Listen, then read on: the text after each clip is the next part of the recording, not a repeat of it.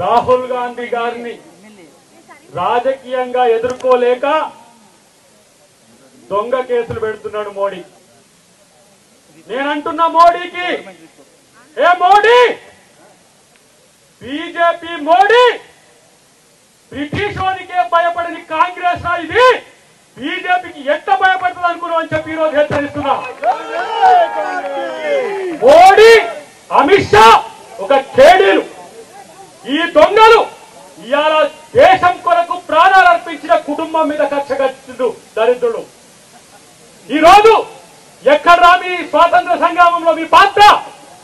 ఇవాళ సెంటు భూమి కూడా లేదు, ఇల్లు కూడా లేని కుటుంబం మీద ఈడీ కేసు పెట్టి ఇవాళ మీరు బెదిరించాలని చూస్తే ఇవాళ గాంధీ కుటుంబానికి మేమందరం కూడా సభ్యులమే. అందరూ గుర్తుపెట్టుకోండి. నేనంటున్నా 2029 లాస్ట్ మోడీ నిన్ను తన్ని తరిమేసే రోజులు ముందున్నాయి, గుర్తుపెట్టుకోండి. 2029 తర్వాత మోడీ ఉండేది జైల్లో. నేను అంటున్నా ఒక మాట, రాఫెల్ డీల్లో నువ్వు అనిల్ అంబానీకి ఇవాళ 45,000 కోట్ల రూపాయల హవాలా చేసినావు. మేము కనుక రేపు అధికారంలోకి వస్తే మేము కేసు పెట్టి నిన్ను జైల్లో పంపలేమా? దొంగతనం చేసింది మీరు, కేడుని మీరు. ఇలా రాహుల్ గాంధీ మీద, అమ్మ సోనియా గాంధీ మీద ఇలా మీరు కుట్రలు పండుతున్నారు. ఒక్క మాట, ఆర్ఎస్ఎస్ ఈ రోజు ఇలాంటి దరిద్రపు కొట్టు నాయకులను ఈ దేశానికి ఇచ్చిందా? ఆర్ఎస్ఎస్ యొక్క విధానం మీద ఈ దేశ ప్రతిపక్ష నాయకుడిని మొత్తం టెర్మినేట్ చేసిన చరిత్ర ఇవాళ బీజేపీకి ఉన్నది. భయపడ్డా రాహుల్ గాంధీ? ఇవాళ ఎవరైతే ద్వేషం పంచుతున్నారో వాళ్ళ బజార్లో ప్రేమ కొట్టును పెట్టిడు రాహుల్ గాంధీ.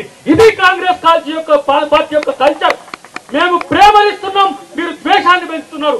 విడగొట్టే మోడీకి తన్ని తరిమి కొట్టే రోజులు మన కాంగ్రెస్ పార్టీ చేస్తుందనే విషయాన్ని గుర్తుపెట్టుకోవాల్సిన అవసరం ఉంది. నేను అంటున్న చివరిగా ఒక మాట చెప్తున్నా మిత్రులారా, 45 సంవత్సరాల బీజేపీ, 45 సంవత్సరాల బీజేపీ, ఇలా 145 ఏళ్ల పైచిలకు చరిత్ర ఉన్న కాంగ్రెస్ పార్టీ ఈ దేశానికి స్వాతంత్రం తెచ్చినాం రా.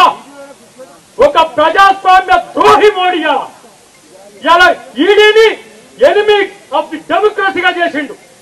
దేశంలో ఎవరైనా ప్రజాస్వామికవాదులు ప్రశ్నిస్తే వాళ్ళ మీద దాడులకు పూజగలుపుతున్న మోడీని పాతాళంలోకి తొక్కడమే మన లక్ష్యంగా ఉండాలని చెప్పి నేను కాంగ్రెస్ శ్రేణులందరికీ కూడా తెలియజేస్తున్నా.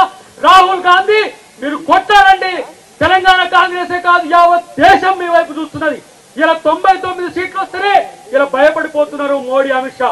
రేపటి కనుక అధికారంలోకి వస్తుందని ఒక ఆలోచన కనుక ఉంటే ఇలాంటి పరిస్థితిలో వస్తే మా బతికేందని చెప్పేలా మోడీ చూస్తున్న పరిస్థితి. కాబట్టి ఇవాళ దేశ ద్రోహులుగా మోడీ, అమిత్ షా ఉన్న స్థితిని మనమందరం కూడా గమనించి కాంగ్రెస్ పార్టీని రక్షించుకోవాలి, ప్రజాస్వామ్యాన్ని రక్షించుకోవాలి. రాజ్యాంగ పరిరక్షకుడు రాహుల్ గాంధీని, అమ్మ సోనియా గాంధీ వెంట మనం అందరం ఉండాలని చెప్పి తెలియజేస్తూ జై కాంగ్రెస్.